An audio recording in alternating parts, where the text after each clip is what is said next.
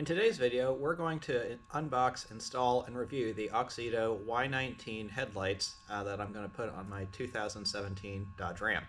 Unless you've been living under a rock for the past 20 years, you've probably seen that incandescent light bulbs in headlights have been going increasingly and increasingly the way of the dinosaur.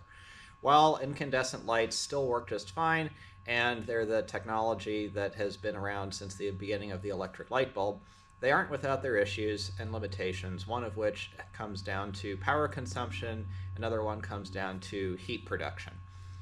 Starting about 20-25 years ago, we started to see high-intensity discharge headlights which used a high voltage ballast to then make an inert gas like xenon glow and create a generally much brighter headlight. And as time has evolved, we've seen that progression move more and more in the direction of LEDs. The other thing that's happened with this is that conversions from incandescent to HID and now LED have become a whole lot more common, and they're readily available and can be had for reasonable prices. In spite of the proliferation and low cost of LEDs, you still have a number of vehicles that are on the road today, even some that are new from the factory, that come with incandescent bulbs. My 2017 Ram has LED lights everywhere except for the headlights. And that's where companies like Auxito come in. They reached out to me and asked if I wanted to review their headlight bulbs in my 2017 Ram, and I said yes. So what they've sent me here is their Y19 bulb package.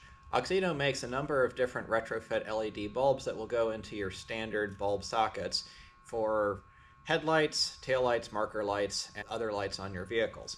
The Y19 is their highest end headlight conversion.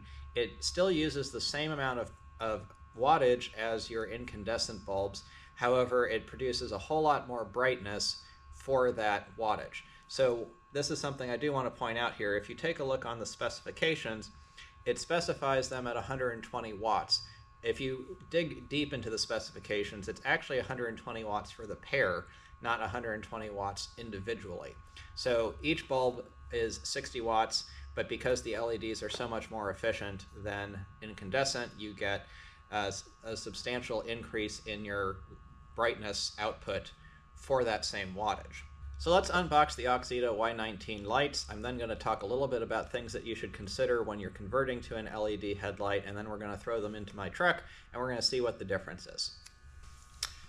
I've actually not opened these yet, still fresh, so you're going to learn at the same time as me what these look like. The packaging is of a good quality and simple. Oh, that's nice. They even include a set of gloves. You've got some zip ties, some little sealant rings, and then in here you've got your bulb with a little with your ballast and connector that comes off of it. So nice simple setup that is supposed to bolt right in.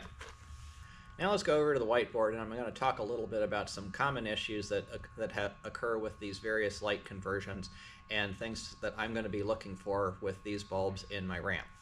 Before we go and do the install on the lights, I did want to talk briefly about the importance of how a conversion bulb is designed and what can happen if you have a poorly designed one that doesn't have its light in the correct location.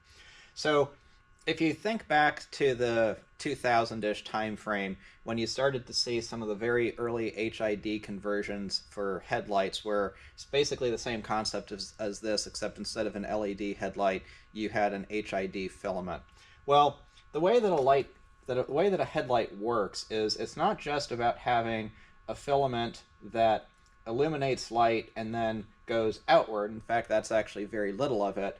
What it more is about it's about the housing and the lens behind that light, which will then take the light, which is going out in all directions, and then focus it in a particular direction towards a particular beam, so that you have a light that ultimately is able to more efficiently illuminate the road ahead of you and illuminate the areas specific to what you need. And then when you have a high beam versus a low beam, that's going to differ in how it is focusing that light as well, because for a low beam, you want to have a cutoff line that is not going to have very much light above it. And so what ended up happening in some of these early HID conversions, and it's been the same thing with LED conversions as well, is that this filament, the location of which is very important, could be in a different location, here or maybe even further back. And what that ends up doing is it completely changes the light output from the housing by putting the origin light in a different location. And you've undoubtedly seen some vehicles that have something like this on the road, and they're usually characterized by something that's blinding you, and that should never happen for a vehicle that has its low beams on. It should have a distinct cutoff line that you'll still see that it has a headlight on, but it's not going to be a significantly bright light that blinds you. Modern LEDs have suffered from this as well, but as with HIDs, where they figured out how to design it eventually so that it was in the same location as the incandescent filament, they've been doing this with LEDs as well. So this is something I'm going to be looking for with these Auxito lights, to find out if they still give me a good headlight pattern that doesn't blind oncoming drivers, but still does also manage to give me more light. I also wanted to draw a representation of a projector style headlight down here, which is actually what my Ram has. And this changes things a little bit, because instead of just having a lens behind, and this kind of lens is like what you would see on a sealed beam headlight or a lot of similar traditional headlights on older vehicles, a projector headlight also has a lens in the front, kind of like the lens in your eye, which focuses all of that light as well. And projectors have tended to be a little bit more forgiving for some of these variances than your standard housing, but they're still susceptible to it. Ultimately, you need to have your light in the correct location and distributing in the correct directions in order for a light conversion to work well. So in summary, the big things that I'm going to be looking for with this are increased brightness, making sure that that brightness is in the correct location. I'm going to be looking to see that there is still a fairly distinct cutoff line for the low beams, and just to be clear, this conversion is only addressing the low beams on my truck, not the high beams. And also making sure that when I drive at night, nobody is flashing at me and telling me that I'm blinding them, because I don't get that today and I don't want that to change. So now we're going to go out to the truck and we're going to install it. I've installed the passenger side headlight on my Ram here, and I just wanted to do a quick side-by-side comparison, literally. So if I do this and I turn on my headlight, let's see if this, you can start to see where that cutoff line is, and it looks like it's still quite distinct. You have a nice 6500 Kelvin temperature color. That should be a nice daylight white at night. And if you come over here, you can see similar. It looks like the cutoff for the light is about the same, which that's a real positive to start out with, and definitely looks like it's significantly brighter and a nicer color. So let's get the other side in, and I'll just show you a couple of little gotchas here. I'm not going to go into too much detail about how to change the bulbs on my Ram here. There's a lot of other videos on it, but just as a quick summary, you have to take off the grill so that you can get at 2 bolts, one here and one here on this projector housing. So I'll take those off and then get to the one around back. So here in the front fender well, the first thing you have to do is you have to get this panel here loose, which you just pull back on, which I've already done. And then once you do that, up in here, you can see that long white clip up on the left, and I don't have enough hands here to do this, but you just reach in and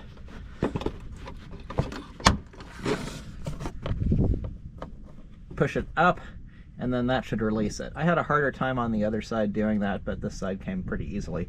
So from here, the housing should just come out. A little bit of wiggling and it's out. Now I've got these 5 bolts on this backing plate that then seals in the headlight. So take these off, and then that gets me access to the bulb. Once the backing plate is off, it's really easy to just unclip the bulb, twist it, and out it comes. Now let's get the new one.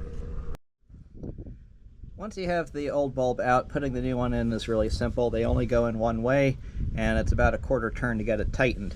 The ballast and cord tuck into the housing just fine. You may remember that Auxito includes some zip ties and some extra seals.